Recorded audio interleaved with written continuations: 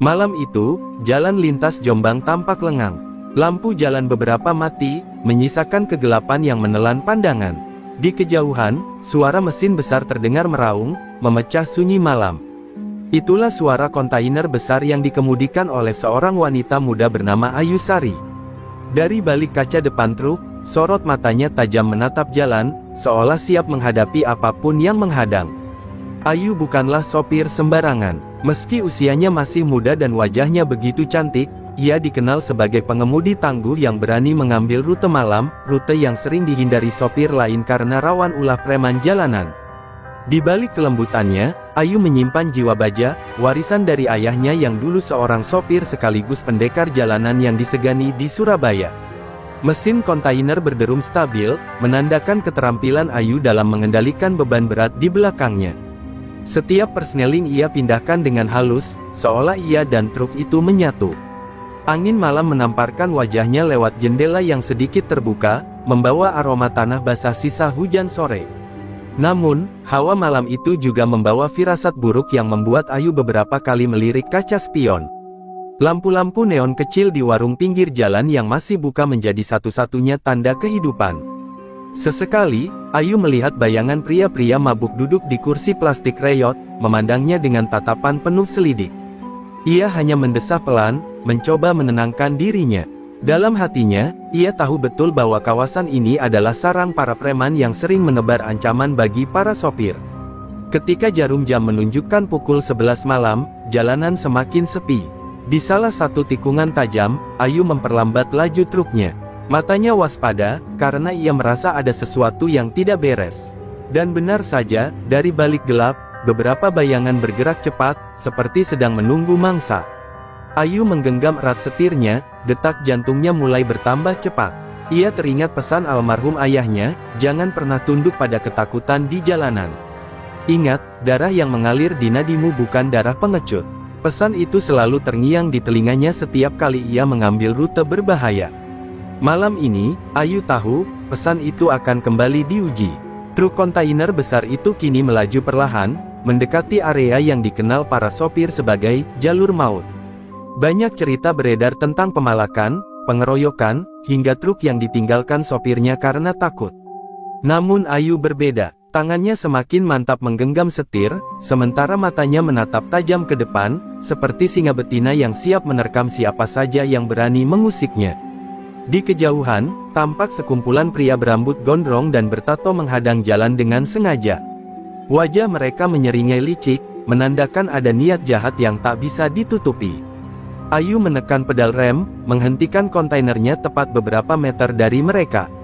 Malam itu, di jalanan sepi Jombang, sebuah pertemuan takdir akan dimulai, pertemuan antara seorang sopir wanita pemberani dengan sekelompok preman jalanan yang haus kekuasaan.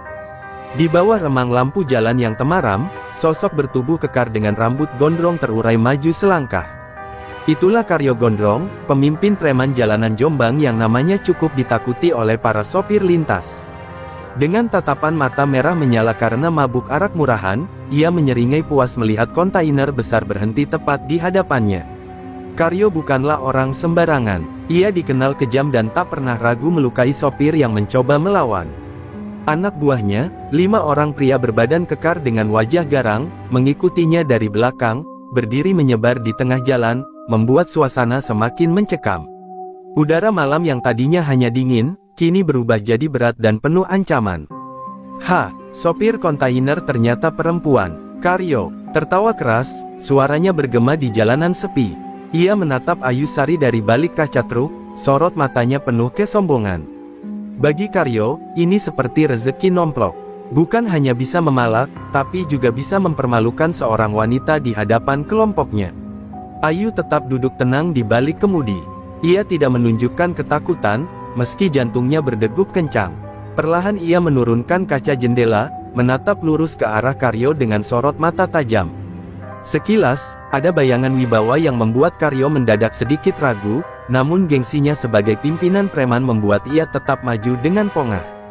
Ayo, Nduk, kalau mau selamat, kasih uang jalanmu. Malam ini jalan Jombang punya aku. Teriak Karyo sambil mengangkat tangan, seolah menunjukkan bahwa ia penguasa jalanan. Anak buahnya bersiul dan tertawa, mengira Ayu akan langsung panik atau menangis ketakutan. Namun, jawaban Ayu justru membuat mereka terdiam sejenak. Dengan suara tegas namun tetap tenang, Ayu berkata, "Kalau kau mau uang, kerja yang benar. Jangan jadi benalu jalanan. Aku tidak sudi memberi sepeser pun pada pengecut yang hanya berani menghadang di gelap malam." Kata-katanya bagai tamparan yang menghantam harga diri Karyo. Wajah Karyo mendadak berubah tegang. Rahangnya mengeras, tangannya mengepal. Ia tak pernah menyangka sopir wanita bisa bicara sekeras itu di hadapannya. Anak buahnya melirik satu sama lain, antara terkejut dan menunggu perintah. Sunyi malam mendadak penuh ketegangan, seolah hanya menunggu percikan api untuk meledak menjadi bara. "Kurang ajar kau, perempuan!" geram Karyo, melangkah lebih dekat ke arah truk. Ia mengangkat tangan, hendak membuka paksa pintu kabin Ayu. Dari sorot matanya, jelas sekali ia ingin memberi pelajaran. Malam itu, jalanan Jombang bersiap menjadi saksi benturan harga diri, antara preman gondrong yang merasa dirinya raja jalanan, dengan seorang sopir wanita yang tak sudi tunduk pada ancaman. Ketika Karyo Gondrong mendekat ke kabin, sorot matanya berbinar penuh keserakahan. Ia tak lagi melihat Ayu Sari sebagai sopir, melainkan target empuk yang bisa diperas habis-habisan. Kontainer besar yang ia bawa jelas bukan muatan murah, bagi Karyo, itu pertanda bahwa si sopir pasti membawa bekal uang jalan yang cukup tebal. "Lihat itu, bos," bisik salah satu anak buahnya, menunjuk ke arah bak kontainer yang menjulang tinggi. "Muatan gede, pasti duitnya juga gede. Kita bisa pesta sebulan penuh kalau dapat jatah malam ini." Kalimat itu membuat wajah Karyo semakin menyeringai, giginya yang kuning karena rokok tersungging di bawah cahaya lampu jalan yang redup. Ayu yang duduk di balik kemudi bisa membaca gerak-gerik mereka dengan jelas. Dari tatapan mereka, ia tahu bukan sekadar uang jalan yang mereka incar. Ada nafsu, ada rasa ingin berkuasa, ada keinginan untuk mempermalukan dirinya. Hatinya bergemuruh, tapi wajahnya tetap datar, seolah menantang mereka untuk bergerak lebih dekat. "Turun kau, nduk," bentak Karyo dengan suara lantang. "Kalau berani melawan, jangan salahkan aku kalau nanti kau tak bisa pulang ke Surabaya dengan utuh." Suara kasar itu disambut sorak-sorai tawa anak buahnya, menciptakan suasana mencekam yang memaksa udara malam menjadi sesak. Namun, Ayu tidak bergeming. Ia hanya menoleh sebentar ke arah Karyo, lalu kembali menatap lurus ke jalan, seakan tidak peduli dengan ancaman yang menggelegar di telinganya. Diamnya Ayu justru menjadi cambuk bagi harga diri Karyo. Preman gondrong itu merasa diremehkan, dan itu adalah penghinaan yang tak bisa ia terima. "Kau kira jalan ini milikmu, Karyo?" Suara Ayu akhirnya terdengar, pelan tapi penuh wibawa. "Jalan ini milik semua orang. Dan aku tidak takut pada penguasa palsu macam kau." Kata-kata itu meledak bagai petir di tengah keheningan malam, membuat anak buah Karyo melongotak. Percaya, sementara wajah sang pemimpin memerah menahan amarah. Karyo meludah ke tanah dengan keras, lalu melambaikan tangan sebagai aba-aba. Anak buahnya bergerak cepat, menyebar mengitari kontainer, seolah hendak memutus semua jalan keluar bagi Ayu. Dari tatapan mereka, jelas sekali bahwa Ayu kini resmi menjadi target perburuan malam itu, bukan lagi sekadar sopir lewat, melainkan mangsa yang harus ditaklukkan. Dalam hati, Ayu menghela napas panjang. Ia tahu sebentar lagi pertarungan tak terelakkan akan pecah. Dan malam itu, di jalan sepi Jombang, bukan hanya muatan kontainer yang dipertaruhkan, melainkan juga harga diri, keberanian, dan warisan darah pejuang yang mengalir di nadinya. Karyo Gondrong melangkah semakin dekat, sementara anak buahnya terus menyebar, menutup rapat sisi kiri dan kanan kontainer. Malam yang tadinya sunyi kini berubah jadi panggung ketegangan. Sorot mata mereka menyala penuh keserakahan, seolah yakin bahwa mangsa mereka kali ini tak akan bisa berkutik. Namun, semua itu berubah ketika Ayu perlahan membuka pintu kabin dan turun dengan langkah mantap. Lampu depan truk yang masih menyala menyinari wajahnya. Rambut hitam Ayu yang tergerai sebagian tertiup angin malam, menampakkan kecantikannya yang kontras dengan suasana mencekam di sekeliling.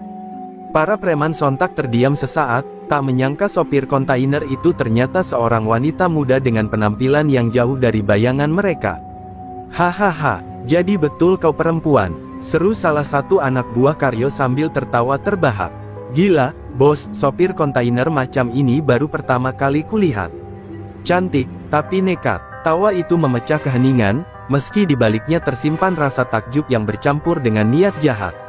Ayu berdiri tegak di hadapan mereka, tanpa sedikit pun menunjukkan rasa takut. Sorot matanya dingin, bibirnya terkatup rapat. Dalam balutan jaket sopir sederhana, ia justru terlihat seperti sosok yang menyimpan sesuatu yang tak mudah ditebak. Sikapnya membuat sebagian preman ragu, meski mulut mereka tetap berisik dengan ejekan. Karyo melangkah mendekat, menatap Ayu dari ujung kepala hingga kaki. Tatapan itu penuh kesombongan bercampur syahwat kekuasaan. "Perempuan sepertimu mestinya tahu diri," katanya dengan suara berat. "Kau sendirian di jalan sepi, bawa muatan besar, dan sekarang berhadapan dengan kami.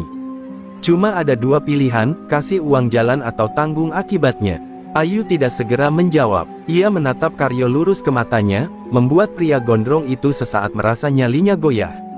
Ada sesuatu pada tatapan Ayu, sesuatu yang membuatnya merasa seperti sedang berhadapan dengan sosok yang jauh lebih besar daripada sekadar sopir biasa. Namun gengsi dan amarah segera menutupi rasa gentarnya. Anak buah Karyo mulai menggoyang-goyangkan batang besi dan kayu yang mereka bawa, seolah bersiap bila sewaktu-waktu perlawanan terjadi. Namun Ayu hanya menghela napas perlahan, lalu berkata dengan suara tenang namun penuh tekanan, "Aku tidak pernah takut dengan orang yang hidupnya hanya bisa menghadang di jalan gelap. Kalau kalian pikir aku mudah dijadikan mangsa, kalian salah besar." Ucapan itu membuat jalanan kembali senyap.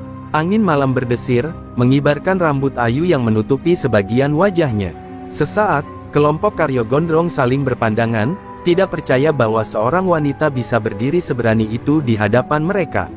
Malam itu, bayangan sosok misterius yang menyimpan kekuatan tersembunyi mulai tampak di balik figur sederhana Ayu Sari. Suasana jalanan yang tadinya tegang kini berubah jadi liar. Karyo gondrong menepuk-nepuk tangannya, lalu tertawa keras. "Sudah jelas, kan? Sopir cantik macam ini bukan hanya bawa muatan, tapi juga bawa masalah buat dirinya sendiri," ujarnya sambil menoleh ke anak buahnya. Gelak tawa kasar pun pecah, menggema di bawah langit Jombang yang muram. Salah satu preman maju sambil menenteng besi panjang, mengetuk-ngetuk bodi kontainer dengan keras. Duk, duk, duk, suaranya memecah malam, membuat suasana semakin mencekam. "Kasih saja duitnya, Mbak," ucapnya dengan nada mengejek. "Kalau tidak, jangan salahkan kami kalau kontainermu ini bolong-bolong." Ayu tetap berdiri tenang, namun, di dalam dadanya, darahnya mulai berdesir cepat. Ia menahan amarahnya agar tidak meledak terlalu dini. Wajahnya memang dingin, tetapi matanya berkilat tajam, seolah menyimpan petir yang siap menyambar kapan saja. Karyo maju selangkah, kini jaraknya tinggal sejengkal dari Ayu. Ia mengangkat tangannya, lalu menepuk pipi Ayu dengan kasar. "Jangan banyak tingkah, nduk. Satu-satunya cara kau bisa lolos malam ini adalah kasih uangmu. Cepat." Suaranya berat dan penuh ancaman, sementara anak buahnya bersorak, menyoraki Ayu bak tontonan murahan. Namun, Ayu tidak bergeming. Ia menatap Karyo lurus-lurus, tanpa kedip, hingga membuat si gondrong itu merasa ada sesuatu yang tidak wajar. Ada wibawa tersembunyi dalam sorot mata Ayu, sesuatu yang membuat dadanya mendadak terasa sesak. Tapi gengsi dan amarah membuat Karyo pura-pura tidak peduli. Anak buah Karyo makin beringas. Ada yang sudah menendang ban kontainer, ada pula yang merogoh ke arah pintu, mencoba membuka paksa. Suara gaduh itu seperti gong pembuka, menandakan bahwa mereka benar-benar serius dengan ancaman mereka. Malam itu, jalanan Jombang seolah berubah jadi arena perburuan. "Cepat atau tidak ada ampun," teriak Karyo sambil mendorong bahu Ayu cukup keras. Gerakan itu memicu sesuatu dalam diri Ayu, sesuatu yang sejak tadi ia tahan, namun kini mulai menyala. Nafasnya dalam, pandangannya berubah lebih tajam, dan tubuhnya bersiap menghadapi apapun yang akan terjadi. Malam yang awalnya hanya sunyi kini menjadi saksi benturan harga diri. Bagi Karyo gondrong, ini adalah palakan pertama untuk menegaskan kekuasaan. Namun bagi Ayu Sari, ini adalah panggilan darah, pembuktian bahwa dirinya bukanlah sopir biasa, melainkan perempuan yang siap melawan siapapun yang berani merendahkannya. Dorongan kasar dari Karyo gondrong membuat tubuh Ayu sedikit bergeser, namun ia tetap berdiri tegak. Beberapa detik ia hanya terdiam, menunduk pelan seolah menahan sesuatu yang mendidih dalam dadanya. Lalu, perlahan, ia mengangkat wajahnya kembali, dan tatapan matanya berubah menjadi begitu tajam, membuat Karyo spontan menarik napas dalam tanpa sadar. Dengan suara tenang tapi bergetar oleh wibawa, Ayu berkata, "Aku sudah bilang, jangan coba-coba dengan orang yang salah. Jalanan ini bukan milikmu, Karyo. Dan aku bukan mangsa yang bisa kau telan begitu saja." Suara itu menggema di telinga setiap preman yang mengelilinginya, membuat mereka terdiam sesaat, tak menyangka seorang perempuan bisa berbicara seberani itu. Salah satu anak buah Karyo mencoba memecah ketegangan dengan tertawa terbahak. "Hahaha, kau dengar itu, bos? Sopir ini malah ngasih ceramah. Biar aku ajari dia bagaimana cara bicara yang sopan pada Raja Jalanan Jombang." Ia melangkah maju dengan batang besi terangkat, siap menghantam Ayu kapan saja. Namun Ayu hanya mengangkat tangannya, memberi isyarat agar preman itu berhenti. "Kau melangkah satu langkah lagi, besi itu takkan berguna untukmu," ucapnya dingin. Entah kenapa, kalimat itu membuat si preman mendadak terhenti, seakan tubuhnya menolak maju. Karyo yang melihat kejadian itu semakin naik pitam, merasa wibawanya dihina di depan anak buahnya sendiri. "Cukup bakotmu, perempuan!" teriak Karyo, suaranya bergetar menahan amarah. Ia meraih kerah jaket Ayu, mencoba mengguncangnya dengan kasar. Tapi seketika itu pula Ayu menepiskan tangannya dengan gerakan cepat, membuat Karyo tersentak mundur setapak. Itu bukan sekadar perlawanan biasa, itu adalah peringatan. Anak buah Karyo terkejut, sebagian bahkan sempat melangkah mundur. Mereka saling berbisik, mulai curiga bahwa wanita ini bukan sopir biasa. Tapi Karyo menatap mereka dengan penuh amarah, seolah memaksa mereka untuk tetap percaya pada kekuasaannya. Ia tidak rela harga dirinya diremehkan oleh seorang perempuan di hadapan orang-orangnya. Ayu menundukkan kepalanya sebentar, lalu berbicara lagi dengan suara tegas, "Aku masih memberimu kesempatan. Mundur sekarang, sebelum kau menyesal. Aku tidak ingin jalanan ini dipenuhi darah dan dendam." Kalimat itu bagai pedang tajam, mengiris langsung ke kesombongan Karyo. Namun, bukannya mundur, Karyo malah tertawa keras, menutupi kegelisahan yang diam-diam mulai menyusup ke dalam dirinya. "Kau pikir kau siapa? Hah? Berani memperingatkan aku? Malam ini kau akan tahu siapa penguasa sebenarnya di jalan ini," teriaknya sambil melambaikan tangan. Seketika, anak buahnya bersiap menyerbu, sementara Ayu menarik napas panjang, bersiap menghadapi badai yang tak bisa dihindari. Begitu aba-aba Karyo diberikan, anak buahnya langsung bergerak cepat. Dua orang maju dari kanan, membawa batang besi dan rantai motor, sementara sisanya menutup sisi kiri Ayu agar ia tak bisa lari. Jalanan gelap itu seketika berubah menjadi arena pengepungan, dengan Ayu berdiri sendirian di tengah lingkaran para preman. Suara rantai yang digesekkan ke aspal menambah aura mencekam, disertai teriakan kasar yang memekakkan telinga. "Ayo, bos, biar perempuan ini tahu siapa Raja Jalanan," teriak salah satu preman dengan penuh semangat. Karyo hanya berdiri di belakang, kedua tangannya terkepal, menunggu momen ketika Ayu menyerah di hadapan kekuasaan yang ia banggakan. Namun, yang terjadi justru sebaliknya. Ayu berdiri tegak, tidak sedikit pun menunjukkan rasa gentar. Pandangannya berputar cepat, membaca setiap gerakan lawan, seolah pikirannya telah terlatih menghadapi situasi seperti ini. "Kalau kalian pikir aku akan tunduk, kalian salah besar," gumamnya lirih, cukup untuk membuat Karyo mendengus kesal. Seorang preman maju lebih dulu, mengayunkan batang besi ke arah bahu Ayu. Dalam sekejap, Ayu memiringkan tubuhnya, menghindar dengan langkah gesit yang tak terduga. Besi itu menghantam udara kosong, lalu klang. Menghantam bodi truk, memantul keras hingga membuat preman itu meringis kesakitan karena tangannya bergetar. Melihat kegagalan itu, dua preman lain menyerbu bersamaan. Satu mengayunkan rantai, satu lagi mencoba menendang. Ayu melangkah mundur setapak, lalu dengan gerakan cepat ia meraih rantai yang meluncur ke arahnya, memutarnya balik hingga pemiliknya terseret sendiri. Seketika preman itu jatuh tersungkur ke tanah, membuat yang lain terperangah. Ketegangan semakin memuncak. Anak buah Karyo yang tadinya yakin akan menang mudah, kini mulai ragu.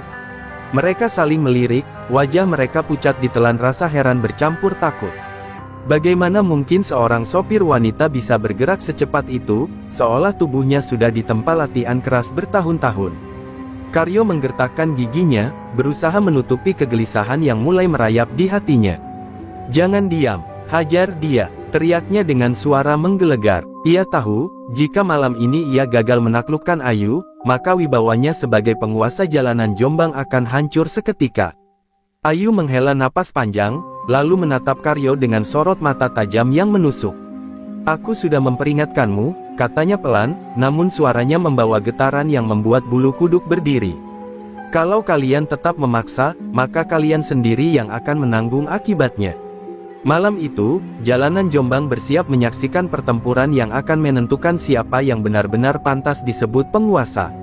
Sorak-sorai kasar dari anak buah Karyo bergema di tengah malam. Mereka yakin dengan jumlah banyak, wanita itu akan segera tumbang. Namun keyakinan itu hanya bertahan beberapa detik, sampai Ayusari mengubah sikap tubuhnya. Dengan langkah mantap ia maju selangkah, bahunya tegap, dan sorot matanya menyalak seperti api yang siap membakar. Preman pertama yang menyerbu kembali mengayunkan batang besi ke arah kepala Ayu. Namun, dalam hitungan sepersekian detik, Ayu menunduk dan menyambar pergelangan tangannya. Krak, sebuah hentakan cepat membuat si preman berteriak kesakitan, batang besinya terlepas dan jatuh ke tanah.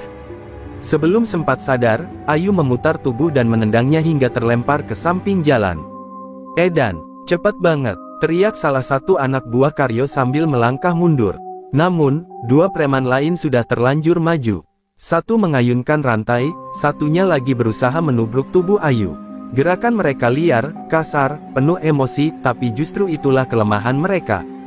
Ayu melompat ke samping, memutar tubuh, lalu menghantam dada preman penyerang dengan siku keras. Tubuh preman itu jatuh terbanting ke tanah, mengerang kesakitan.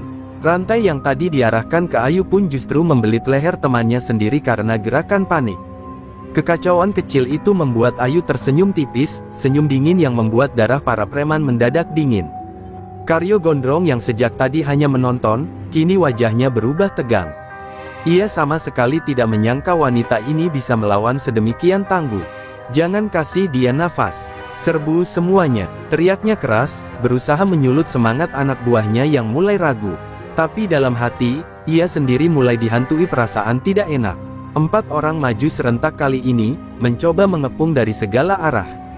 Namun Ayu sudah siap, ia menekuk lutut, menunggu momentum, lalu melesat dengan kecepatan mengejutkan. Sebuah pukulan telak menghantam rahang salah satu preman, membuatnya terkapar tak bergerak. Dua lainnya terjebak dalam gerakan sapuan kaki Ayu yang membuat mereka tersungkur menabrak aspal. Malam itu, jalanan yang biasanya dikuasai Karyo Gondrong justru berubah menjadi arena di mana satu persatu anak buahnya bergelimpangan. Nafas mereka terengah-engah, wajah mereka dipenuhi rasa takut. Mereka datang dengan keyakinan bisa mempermalukan seorang wanita, tapi justru dipermalukan oleh keberanian dan kekuatan yang tak terduga. Ayu berdiri di tengah, napasnya teratur, sorot matanya tak bergeming. Ia menatap lurus ke arah Karyo, yang kini hanya bisa menggertakkan gigi menahan malu. "Kau kira aku mangsa, Karyo? Kau salah besar," ujar Ayu dengan suara yang dingin tapi menusuk. Malam itu, untuk pertama kalinya, Karyo Gondrong merasa wibawanya di jalanan Jombang benar-benar terguncang.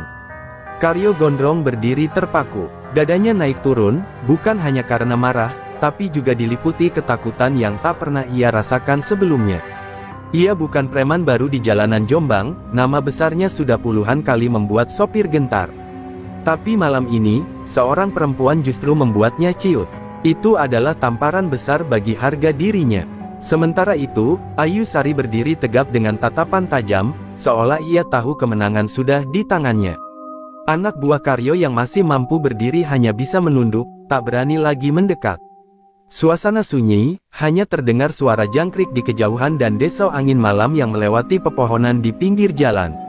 "Aku tidak suka keributan," suara Ayu tenang, namun penuh wibawa.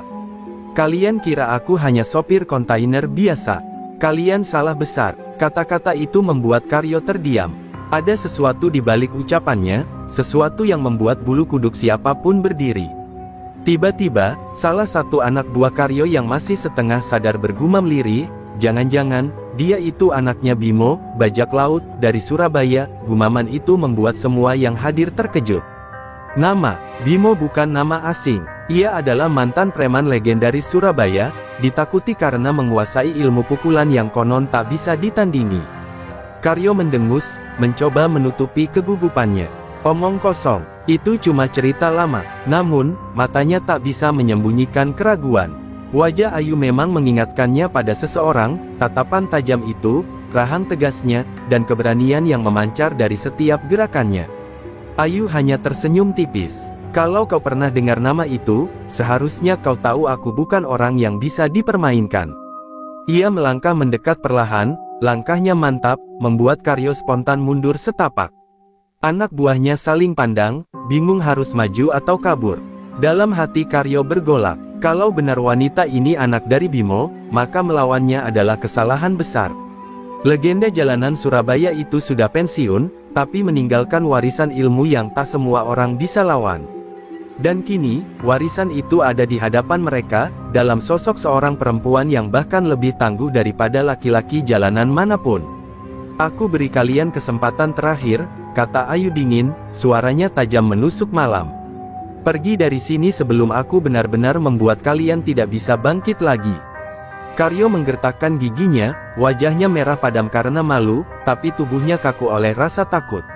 Malam itu, geng Karyo Gondrong sadar, mereka bukan berhadapan dengan sopir kontainer biasa, melainkan penerus darah preman legendaris Surabaya. Malam semakin larut, jalanan yang sepi hanya diterangi lampu redup dari truk kontainer Ayu. Karyo Gondrong masih berdiri di sana, wajahnya muram, matanya merah penuh emosi. Anak buahnya sudah kehilangan semangat, sebagian duduk kesakitan, sebagian lain memilih menjauh. Namun bagi Karyo, mundur malam ini sama saja dengan mengubur harga dirinya sebagai penguasa jalanan Jombang.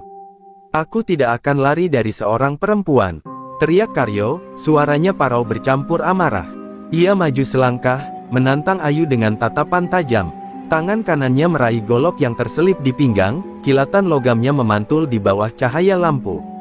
Anak buahnya terperanjat, mereka tahu, kalau Karyo sudah menghunus golok, artinya pertarungan ini tak akan berakhir biasa.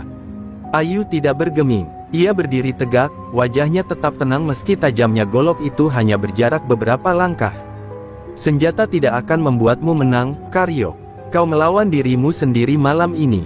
Keserakahanmu sudah membutakanmu, katanya lantang. Kata-kata itu bagai cambuk yang membuat Karyo semakin terbakar oleh ego.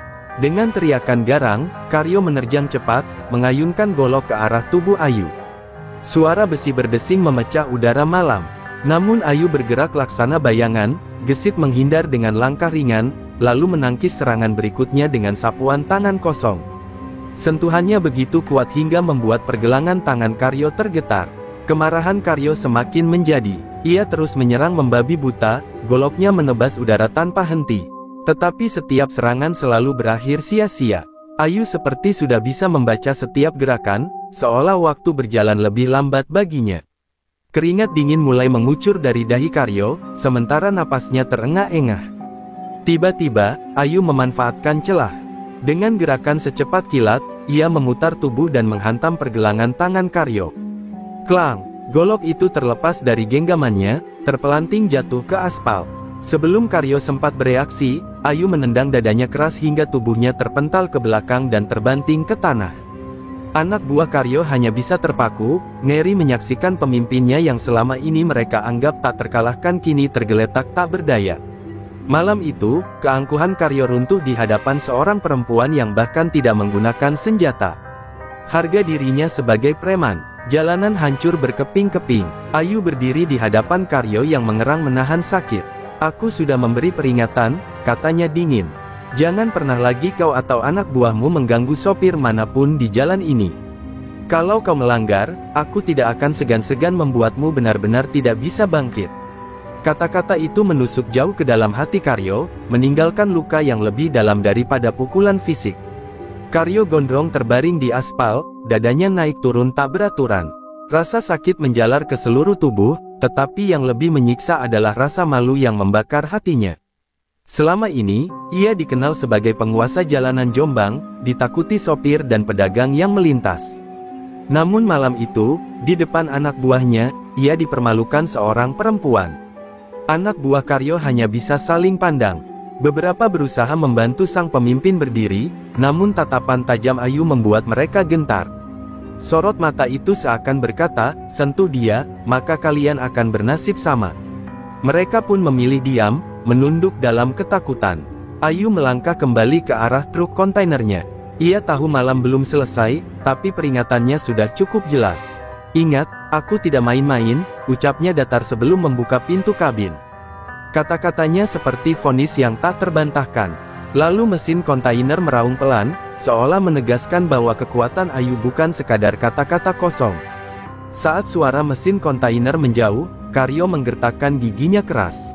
Perempuan sialan, aku tidak akan membiarkan ini berakhir begitu saja.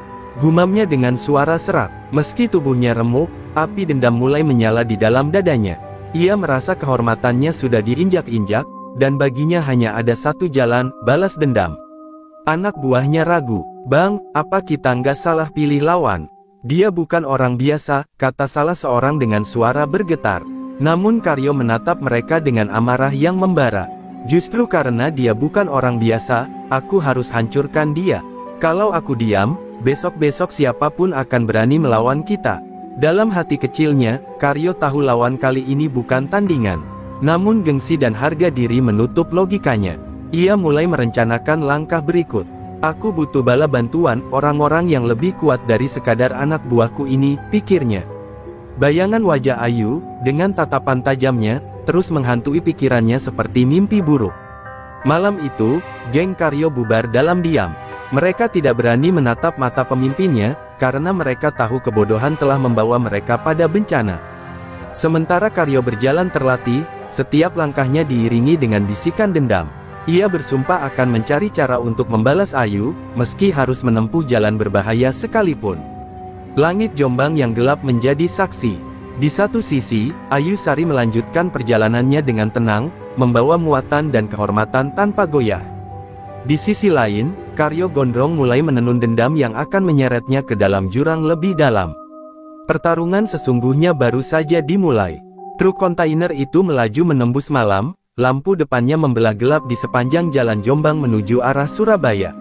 Ayu Sari menggenggam kemudi erat, tetapi pikirannya melayang pada peristiwa barusan. Wajah Karyo Gondrong yang dipenuhi amarah dan dendam tak mudah ia lupakan. Namun, Ayu bukan orang yang mudah gentar. Ia sudah ditempa sejak kecil untuk menghadapi kerasnya dunia jalanan.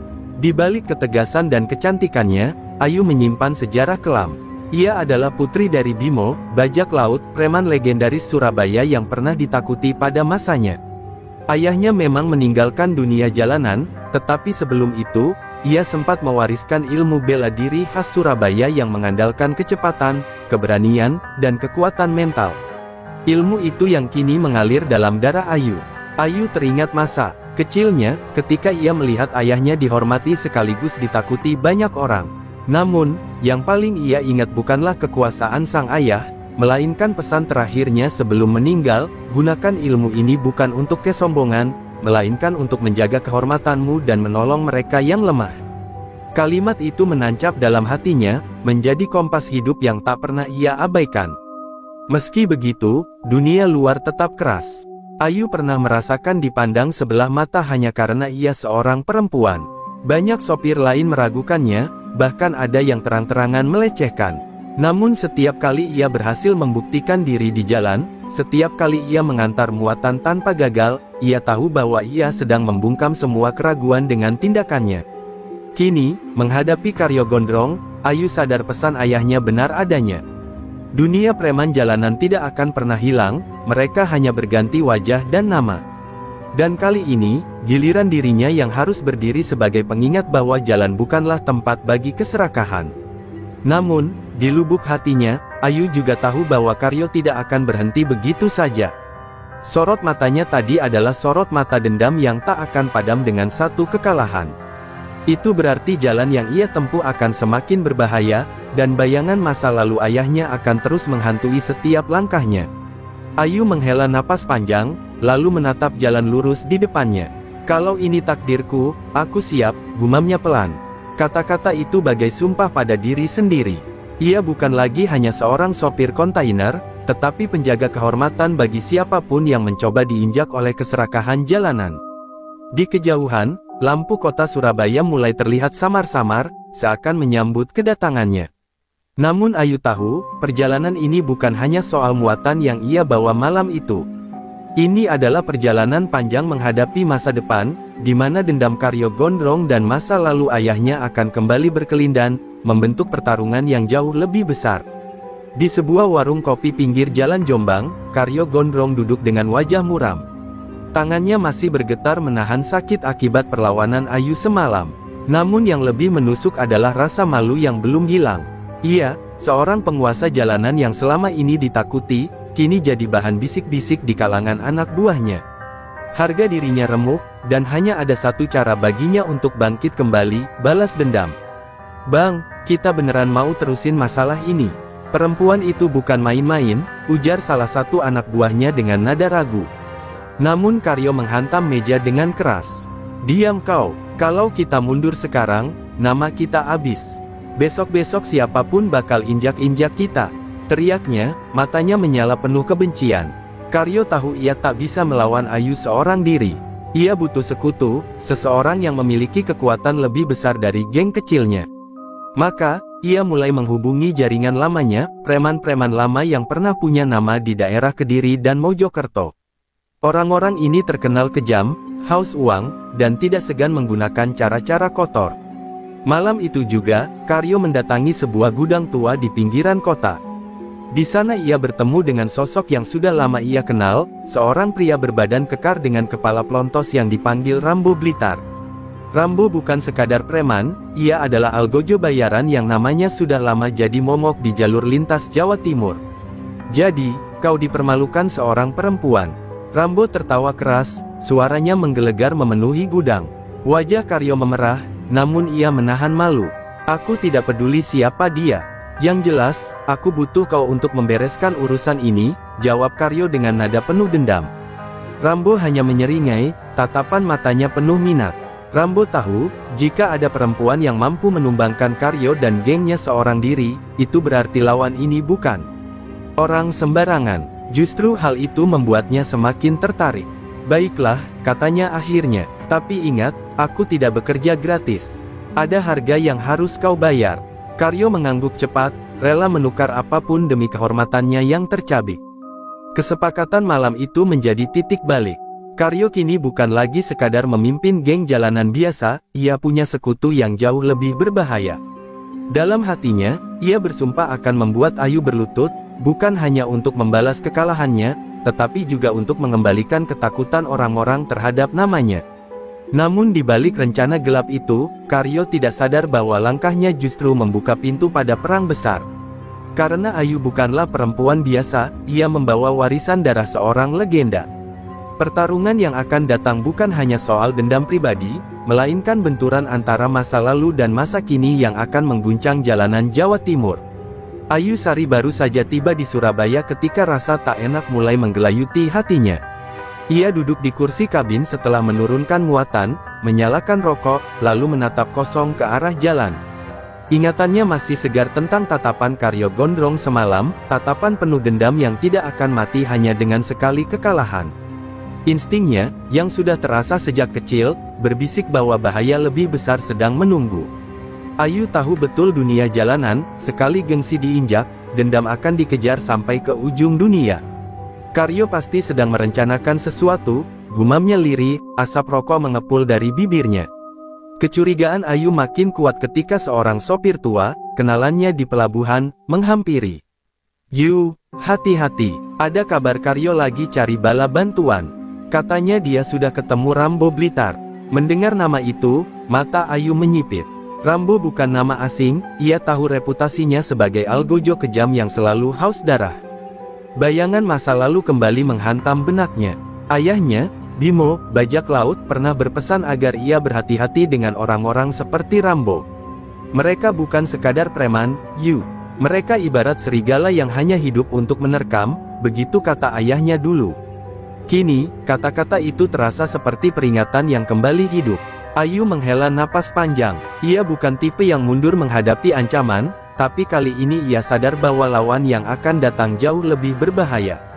Ia tak hanya harus melindungi dirinya, tapi juga menjaga keselamatan rekan-rekan sopir lain yang bisa menjadi korban kebrutalan Rambo dan gengnya. Malam itu, Ayu memutuskan untuk tidak tinggal diam. Ia menghubungi beberapa sahabat lama ayahnya, orang-orang yang dulu pernah berjuang bersama Bimo di jalanan Surabaya, yang kini sudah tobat tapi masih menyimpan loyalitas. Kalau benar Rambo turun tangan, aku tak bisa menghadapinya sendirian, pikir Ayu. Di sebuah telepon singkat, salah seorang dari mereka berkata, kalau kau memang anak Bimo, kau tidak boleh takut. Tapi ingat, ilmu yang kau warisi bukan untuk membalas dendam, melainkan menjaga kehormatan. Gunakan itu dengan bijak. Kata-kata itu menambah keyakinan Ayu, meski bayangan bahaya tetap menghantuinya. Di kejauhan, Surabaya malam itu terlihat damai, namun Ayu tahu badai sedang bergerak dari arah Jombang. Rencana Karyo dan Rambo sudah mulai berjalan, dan cepat atau lambat mereka akan menemuinya. Hanya ada satu kepastian, benturan besar di jalanan tak bisa dihindari. Di sebuah gudang tua di pinggiran Mojokerto, malam itu suasana mencekam. Karyo gondrong berdiri di samping Rambo Blitar yang duduk santai di kursi reyot, mengisap rokok kretek dengan tatapan dingin. Beberapa preman dari Kediri dan Mojokerto sudah berkumpul, wajah mereka penuh keserakahan.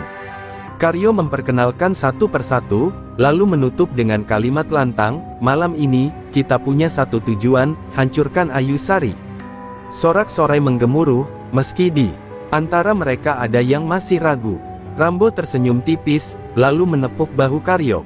Kau boleh simpan dendammu, Karyo. Tapi mulai sekarang, biarkan aku yang memimpin. Lawanmu ini bukan sembarangan. Kalau benar dia anak Bimo, bajak laut, berarti kita tidak boleh lengah sedikit pun. Kata-katanya membuat ruangan mendadak sunyi. Nama Bimo memang legenda, bahkan preman sekelas Rambo pun masih menaruh hormat pada sosok itu. Tapi yang kini mereka hadapi bukan Bimo, melainkan putrinya. Dan bagi Rambo, menaklukkan Ayu berarti menumbangkan warisan sang legenda. Ada kepuasan tersendiri di balik tantangan itu. Sementara itu, di Surabaya, Ayu Sari bersiap menghadapi kenyataan. Ia tahu para preman itu tidak akan menyerangnya secara biasa. Mereka akan datang dengan jumlah besar, dengan cara kotor, tanpa peduli siapa yang menjadi korban. Maka ia memperkuat tekad, menghubungi beberapa orang lama yang pernah berhutang budi pada ayahnya. Di sebuah bengkel tua, 3 pria paruh baya menemuinya. Wajah mereka keras, namun sorot matanya masih menyimpan api jalanan. Kami dulu anak buah bapakmu, kata salah satunya. Kalau benar Rambo sudah turun, kau tidak boleh sendiri. Kami akan berdiri di belakangmu. Ayu hanya mengangguk, hatinya tergetar oleh loyalitas itu. Malam semakin larut, namun kabar pergerakan Karyo dan Rambo cepat menyebar di jalur sopir kontainer. Banyak yang mulai resah. Beberapa sopir memilih menunda perjalanan, takut bertemu dengan kelompok baru yang lebih beringas itu. Jalanan Jawa Timur, yang biasanya ramai, mendadak terasa tegang seakan sedang menunggu sesuatu pecah. Ayu menatap ke arah jalan raya dari kabin truknya. Lampu-lampu kendaraan lalu lalang memantul di kaca depan, namun pikirannya hanya tertuju pada satu hal, pertemuan besar tak bisa dihindari. Ini bukan lagi soal dirinya semata, melainkan soal menjaga martabat sopir dan orang-orang kecil yang selalu jadi korban pemalakan. Di dua tempat berbeda, dua dunia sedang bersiap bertemu. Karyo dan Rambo dengan pasukan barunya, serta Ayu dengan warisan darah Bimo dan sahabat-sahabat setia ayahnya. Benturan besar itu sudah di depan mata. Dan ketika waktunya tiba, jalanan Jawa Timur akan berguncang oleh duel yang akan dikenang lama. Malam itu, jalan raya di perbatasan Jombang Mojokerto mendadak mencekam. Lampu-lampu kontainer yang melintas bergetar karena terhalang barisan puluhan preman yang menutup jalur. Karyo gondrong berdiri paling depan, rambut kusutnya berkibar ditiup angin malam, sementara Rambo Blitar menunggu di belakang, duduk di atas motor besar dengan tatapan tajam seperti raja jalanan. Malam ini, semua sopir harus tunduk, teriak Karyo, suaranya menggelegar di antara deru mesin. Dari kejauhan, suara mesin kontainer terdengar mendekat. Semua kepala menoleh, dan muncullah truk besar dengan lambang Surabaya di pintu kabinnya. Ayu Sari yang mengemudi, duduk tegak dengan wajah dingin, seolah tak gentar menghadapi puluhan orang yang menghalangi jalannya. Kilau lampu depan truknya menerpa wajah-wajah kasar para preman, membuat suasana makin dramatis. Karyo tertawa keras, menunjuk ke arah truk. Itu dia, perempuan itu. Malam ini kau tak bisa lolos, Ayu Sari, teriaknya. Para preman lain bersorak, sebagian melemparkan botol ke jalan, sebagian memukul-mukul besi seakan mengumumkan perang. Rambo hanya tersenyum tipis, matanya tak lepas dari kabin truk itu. Ayu menghentikan kendaraannya perlahan, lalu turun dengan langkah anggun namun penuh wibawa. Rambutnya tergerai, wajah cantiknya bersinar diterangi lampu jalan, tapi sorot matanya tajam, penuh amarah yang terpendam. Kalian pikir jalan ini milik siapa? Suaranya lantang, menusuk ke dalam dada orang-orang yang mendengarnya. Seketika sorakan para preman mereda, ada getar halus yang tak bisa mereka jelaskan. Karyo maju, dengan congkak, menenteng rantai baja. Jangan coba-coba sok jago di hadapanku, Ayu. Kau hanya perempuan sopir, dan aku punya puluhan orang. Kau akan menyesal karena menantangku. Tapi sebelum ia sempat melangkah lebih jauh, 3 pria parubaya yang dulu anak buah Bimo, bajak laut, muncul dari balik kegelapan. Mereka berdiri di samping Ayu, sorot matanya ganas. Kalau kau sentuh anaknya Bimo, berarti kau berhadapan dengan kami juga, ujar salah satu dari mereka. Tegang, jalanan seolah berhenti bernafas. Rambo akhirnya bangkit dari motornya, melangkah maju dengan tubuh kekar dan aura penuh wibawa. Bagus, ini yang kutunggu. Pertarungan yang akan menentukan siapa penguasa jalanan sesungguhnya. Ia menyalakan rokok, menghisap dalam-dalam, lalu melempar puntungnya ke tanah. Itu menjadi tanda dimulainya bentrokan besar. Benturan pun pecah. Teriakan, hantaman, dan suara besi beradu memenuhi udara. Preman-preman Karyo berhamburan menyerbu, namun Ayu bergerak lincah, setiap pukulannya telak, membuat beberapa orang jatuh seketika. 3 sahabat ayahnya bertarung bagai serigala tua, tak gentar menghadapi puluhan lawan. Karyo sendiri maju dengan rantainya, namun setiap serangannya ditangkis Ayu dengan kekuatan yang tak ia sangka dimiliki seorang perempuan.